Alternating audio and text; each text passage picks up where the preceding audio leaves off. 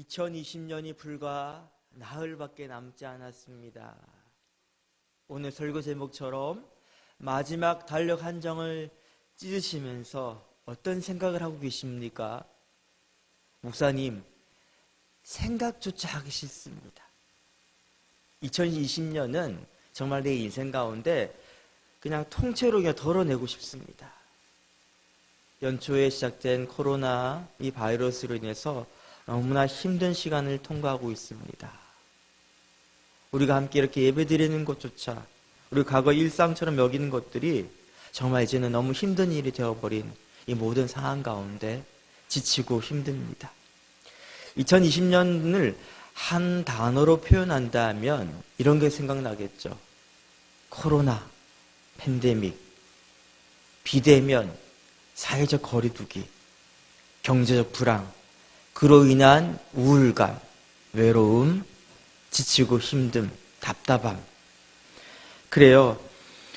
우리 가운데 좋게 생각되는 것보다는요, 부정적인 것들이 가득합니다. 저도 동의합니다. 그런데 저는요, 2020년을 이렇게 또 표현하고 싶어요. 그럼에도 불구하고 앞에 있는 건 다 동의합니다. 그게 사실입니다. 팩트입니다. 우리가 지금 겪고 있는 힘듦들입니다. 하지만 그럼에도 불구하고 그 다음 뭐죠? 변하지 않은 딱 한 가지가 있잖아요. 하나님이 우리와 함께 하셨습니다. 하나님이 우리를 인도하셨습니다. 그래서 여기까지 우리는요, 올 수 있었습니다. 아무도 원하지 않았고 아무도 상상할 수 없는 일들이 우리 가운데 일어났습니다. 그로 인해 우리 삶이 뒤죽박죽이 되고 있는 것이 느껴지지만 딱 한 가지 변하지 않는 것이 있잖아요. 하나님이 함께 하신다는 것. 성도는요, 이 절대 상수에 대해서 반응하는 것을 생각합니다. 오늘 본문에 나오는 이 유다의 상황도 지금 우리의 모습 못지않게 어려운 중에 있습니다. 믿었던 우시야 왕이 갑작스럽게 사망합니다.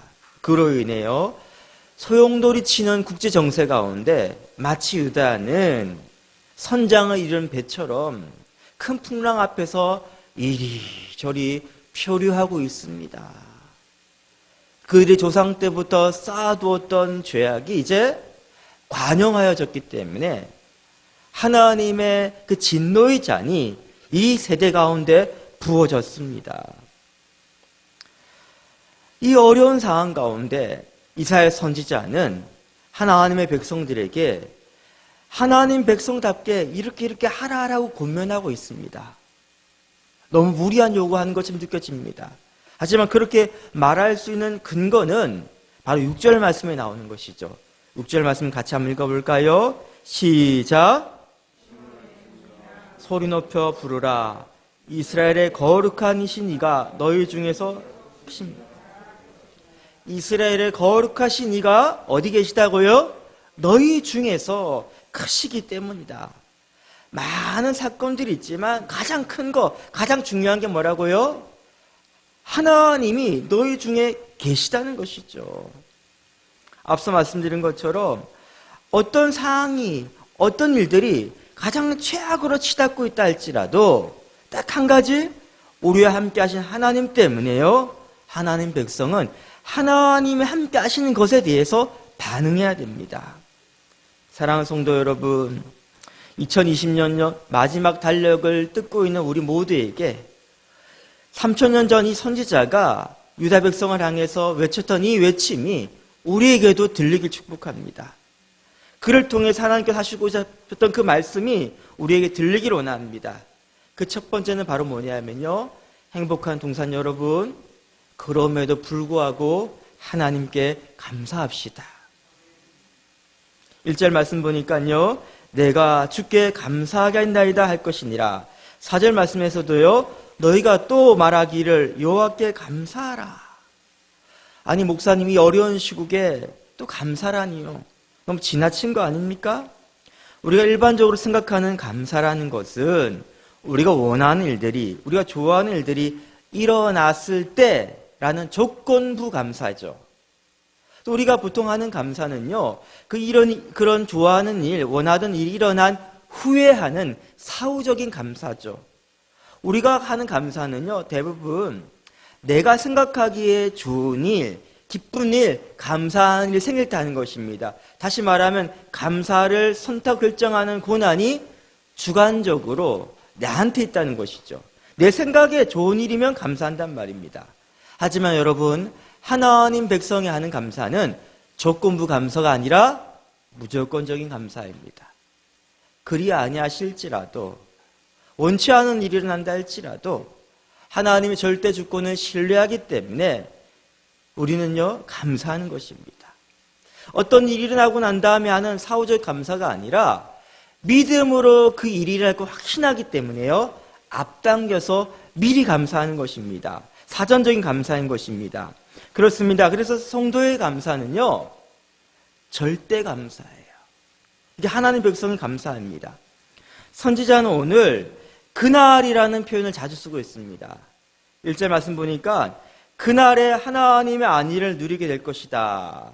4절 말씀에도요, 그날에 하나님의 이름을 부르며 하나님 하신 일을 선포하게 될 것이다. 자, 그날을 계속 이야기하고 있죠.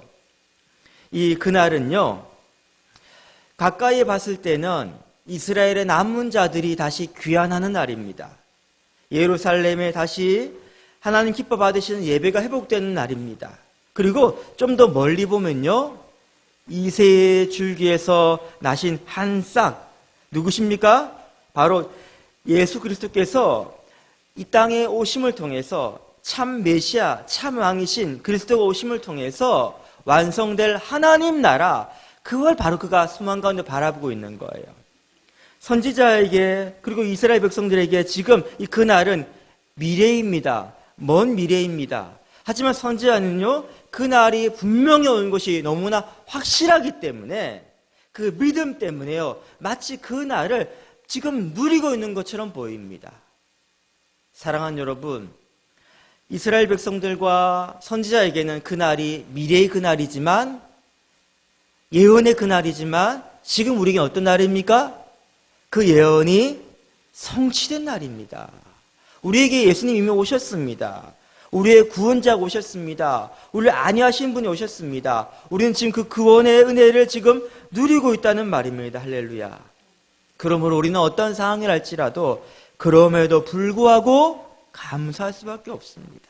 왜? 지금 우리는 이 구원을 누리고 있으니까요. 하지만 우리 감사가 나오지 않는다는 것은 그 이유가 어디 있습니까? 우리가 우리 가운데 계시는 구원의 하나님 임마누엘 주님을 바라보는 것이 아니라 상황들을 바라보기 때문인 것이죠. 현상들을 바라보기 때문인 것이죠. 그래서 우리 가운데 원망과 불평과 남 탓을 하고 있는 것 아닙니까? 믿음은 바라보는 것입니다. 선지자가 그날을 바라보듯이 우리는요, 믿음의 주님을 바라보는 것입니다. 히브리서 11장 1절 말씀 이렇게 말하고 있습니다. 믿음은 바라는 것들의 실상이요 보이지 않는 것들의 증거니. 사랑하는 여러분, 팬데믹 상황이 더욱더 악화될지 모르겠습니다. 이제 3단계가 되면요, 아예 대면 예배가 막혀버릴지도 모르겠습니다.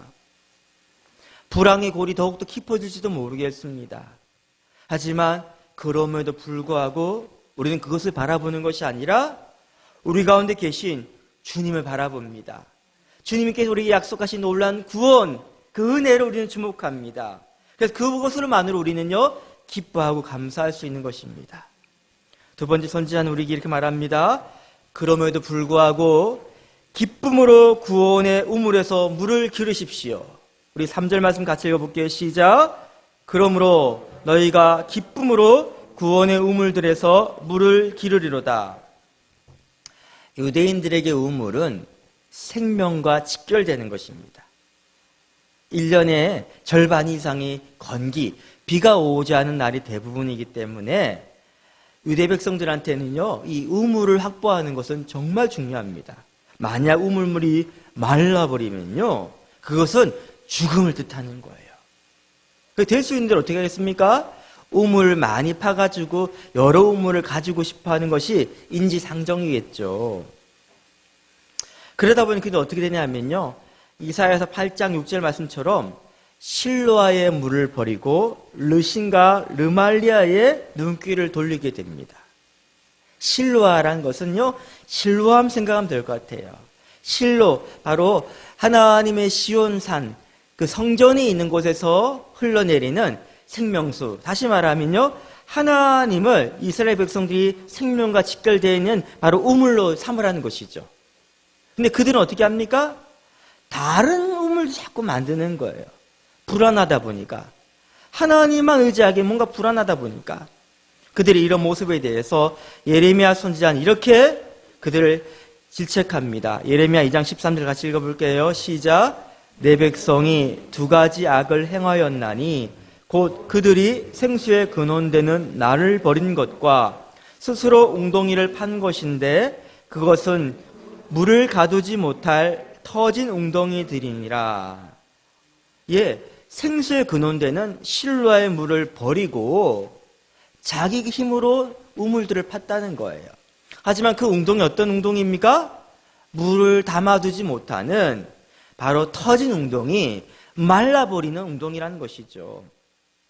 어떤 분이 이렇게 말씀하십니다. 목사님, 저는 하나님과 잘 안 맞는 것 같아요. 제가 하나님을 열심히 믿을수록 제 문제는 풀리는 게 아니라 더 꼬여가고 있습니다. 살림살이가 펴져야 되는데 더 막 구겨지고 있습니다. 하나님만 찾으면 안 될 것 같아요. 이제 나도 내 살 길 찾아야 되겠어요. 안타깝습니다. 근데 여러분, 믿음의 조상이라 불렸던 아브라함도 이런 비슷한 모습 보이잖아요. 하나님의 약속의 땅, 가나안 땅에 왔어요.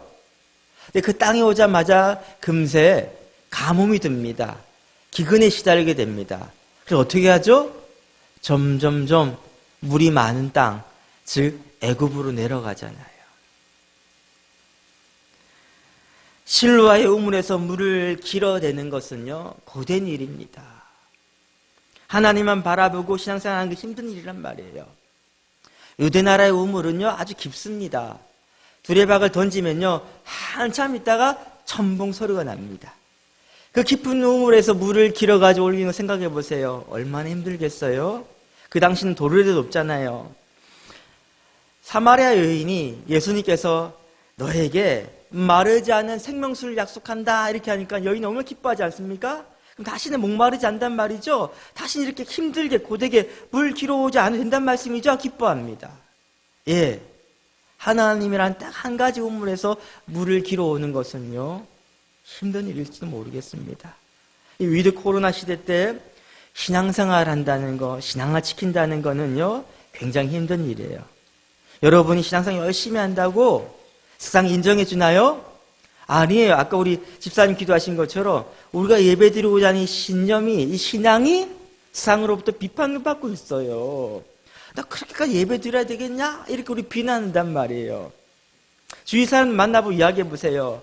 나 예수 믿는 거 이야기하면요, 아주 비판적인 말로서 우리를 이렇게 비난하고 정죄합니다. 자연스럽게 위축된단 말이에요. 우리가 함께 예배 드리고 너무나 지금 힘든 상황이잖아요. 함께 서로 영적 교제 나누며 친밀하게 지냈던 것이 너무나 옛날처럼 느껴지잖아요. 그래요. 신앙생활은 정말 힘듭니다. 그래도 어떻게 합니까? 자꾸 사람들이 그때가 좋았지, 과거를 그리워합니다. 그리고 현재의 삶에 만족하지 못하고 어떻게 합니까? 불평, 불만, 남 탓을 하게 됩니다. 자꾸 이렇게 하다 보니까 우리는요, 현재를 잃어버리는 거예요. 현재의 행복을 잃어버리는 거예요. 현재의 기쁨을 잃어버리는 거예요. 선지자는 말합니다. 지금 기쁨으로 구원의 우물들에서 물을 길어라. 지금 우물에서 물을 길으라는 거예요. 우물에 물을 기르는 거는 힘든 일입니까? 선지자는 말합니다. 기쁜 일이라 말합니다. 왜요? 구원의 우물이잖아요. 예를 들어 드릴게요. 곧 해산을 앞두고 있는 그 어머니의 심정이 어떻겠습니까? 해산의 그 고통을 생각하면서 두렵고 불안하고 왜 내게 이런 일이 일어났지 하면서 원망 불평합니까? 그렇지 않죠? 힘든 건 사실이에요. 어려운 건 사실입니다. 하지만 기뻐할 수 있는 이유가 뭐예요? 해산의 죽을 통해서 새 생명을 선물로 받기 때문에 내가 애쓰고 수고하지 않았는데 이 귀한 하나님의 선물을 기업으로 받기 때문에 기뻐할 수 있는 거예요. 여러분, 우리 구원은 우리가 노력해서 획득한 것이 아니라 예수 십자가의 보혈의 공로로 그 골고다 언덕에서 흐르는 그 생수의 강이 흘러넘침을 통해서 우리 구원의 의무를 받게 된 거예요. 할렐루야. 그러므로 이 모든 과정 가운데 기쁨으로 물을 기르시기 바랍니다. 예배 드리는 것을요, 억지로 하지 마시고 기쁨으로 감당하시기 바랍니다. 예배에 집중하기 힘든 상황이라도 기쁨으로 하나님의 구원을 기억하시면서 우물을 기르는 마음으로 예배 드리시기 바랍니다. 나는 하나님을 예배한 예배자입니다. 찬양하시죠? 이 찬양은 손세라 사모님께서 아이를 낳고 난 다음에 아이를 이렇게 육아를 하다 보니까 예배 집중하지 못하는 거예요. 잠못실에서 예배를 드리기 너무 힘든 거예요. 그때 그 깨달은 게 뭡니까? 비록 이렇게 힘들게 예배 드리고 있지만 나는 하나님을 예배하는 예배자입니다. 내가 어느 곳에 있든지 어느 상황에서도 나는 하나님을 예배할 수 있습니다. 그가 마지막 고백이 이렇게 합니다. 지금 이곳에서 나는 하나님만을 예배합니다. 사랑하는 여러분, 현재를 잃어버리지 마세요. 현재 이 기쁨을 놓치지 마세요. 힘들게 어렵게 생각하지 마시고 내게 주신 구원의 기쁨을 빼앗기지 마세요. 남 탓하거나 과거를 그리워하거나 오지도 않은 미래를 걱정하면서요, 현재를 놓치지 마세요. 카르페 디엠 유명한 말이죠, 그렇죠? 지금 이곳에서 현재를 붙잡으시고 지금 이곳에서 하나님을 예배하는 기쁨의 예배가 되시길 축복합니다. 세 번째 선지자는 우리에게 이렇게 권면합니다. 한번 따라해 볼까요? 그럼에도 불구하고 하나님의 하나님 되심을 전파합시다. 자, 4절 한번 읽어볼게요. 후반부부터 만국 중에부터 읽겠습니다. 시작. 만국 중에 선포하며 그의 이름이 높다 하라. 여호와를 5절 읽겠습니다. 여호와를 찬송할 것은 극히 아름다운 일을 하셨음이니 이를 온 땅에 알게 할지어다. 만국 중에 선포하라. 온 땅에 알게 할지어다. 지금 어떤 상황인데요, 유다 백성들이? 지금 굉장히 어려운 상황이란 말이에요. 근데 어떻게 하라고요? 만국 중에 하나님의 이름을 높다고 선포하라는 거예요. 온 땅에 하나님 하신 아름다운 일, 구원의 일을요, 전파하라는 거예요. 알게 하라는 거예요. 많은 분들이 이야기합니다. 기독교의 대외적 이미지가 너무 추락해서 전도하기 힘든 시대라고요. 안산에 있는 목사님 만났는데 개척하신 지 얼마 되지 않아서 이렇게 열심히 전도를 하시는데 전도하면서 전도지를 나눠드리고 전도용품을 나눠드리다가 함께 전도하던 권사님이 실족하셨대요. 왜냐하면 이렇게 전도지를 나눠드리고 전도용품을 그 권사님 드리자 지나간 사람이 그걸 받은 것이 아니라 화를 내더래요. 이런 식으로 화를 냅니다. 당신 누구 만나고 온지도 모르고 당신 지금 장갑도 안 끼고 지금 위생 장갑도 안 끼고 이거 전도 주는데 혹시 나한테 바이러스 전파되면 어떡해? 복음을 전하러 갔는데 어떻게 바라본다고요? 바이러스 전파자로서 바라본다는 거예요. 그 너무 상처받아가 아파가 힘들어가지고요. 전도를 하기 너무 힘들다고 이렇게 이야기한 걸 들은 적이 있습니다. 네, 전도하는 것이 어려워진 거는 맞습니다. 전도해도 안 되는 것도 맞습니다. 하지만 그렇다고 전도하지 않아도 된다는 말은 아닙니다. 왜? 전도하는 것은 여러분, 전도해서 어떤 결과를 내는 것이 목적이 아니에요. 더 중요한 게 뭡니까? 하나님께서 전도하라고 하기 때문에 하는 거예요. 사명이기 때문에 하는 거예요. 이거를 결과론적으로 따지면 안 됩니다. 이걸요, 경제 논리로 효율성에 대해서 우리가 이야기하면 안 됩니다. 전도 왜 합니까? 하나님이 하라고 명하셨기 때문에 하는 것입니다. 하나님의 살아계심 우리가 경험했기 때문에 침묵할 수 없는 거예요. 지난주 말씀 나눈 것처럼 내가 예수님 만나가지고 나병에서 깨끗한 받았기 때문에 부정한 자 거룩한 자가 되었기 때문에 그 기쁨을 주체할 수 없기 때문에 전하는 것입니다. 저는 전도가 안 된다는 말보다 오히려 삶으로 전도하기는 지금이 딱 좋습니다. 왜? 우리의 정체성은 빛인데요. 지금 어떤 시대입니까? 어두운 시대잖아요. 사람들이요, 염려, 근심, 걱정 가운데요, 마음이 다 어두워져 있잖아요. 낙심해 있잖아요. 두려워하고 있잖아요. 절망하고 있잖아요. 근데 여러분, 우리도 똑같은 상황입니다. 하지만 우리는 그 다음 뭐가 나옵니까? 그럼에도 불구하고 하나님께 감사하며 기뻐하는 자들이잖아요. 그게 성도잖아요. 우리는 그럼에도 불구하고 우리는 하나님 우리와 함께 하심 때문에 오늘 현재를요, 기쁨으로 구원의 우물을 깃는 사람들 아닙니까? 우리가 그리스도인답게 살기만 하면요, 우리의 삶 자체가 어떤 미디어보다도 그 강력하게 복음을 전파하는 제일 중요한 도구가 될 수 있다는 것입니다. 지금은요, 어려운 시대입니다. 그래서요, 진짜와 가짜가 구분되는 시대입니다. 여러분, 대단한 일을 하는 게 아닙니다. 그냥 복음으로 진짜로 살면 됩니다. 여러분, 복음 때문에요, 하나님 감사하며 기쁨으로 살면 됩니다. 우리 복음 때문에요, 지금 현재를 누구한테 빼앗기지 말고요, 과거한테 빼앗기지 말고요, 미래한테 빼앗기지 말고요, 현재를요, 기쁨으로 구원의 우물을 기르면서요, 오늘 하루를 살면 됩니다. 그것 자체가 바로 하나님을 가장 영화롭게 하는 최고의 전도법이라는 것이죠. 마지막으로 말씀 한 장 읽고 마치겠습니다. 로마서 12장 2절 말씀 같이 읽겠습니다. 시작. 너희는 이 세대를 본받지 말고 마음을 새롭게 함으로 변화를 받아 하나님의 선하시고 기뻐하시고 온전하신 뜻이 무엇인지 분별하도록 하라.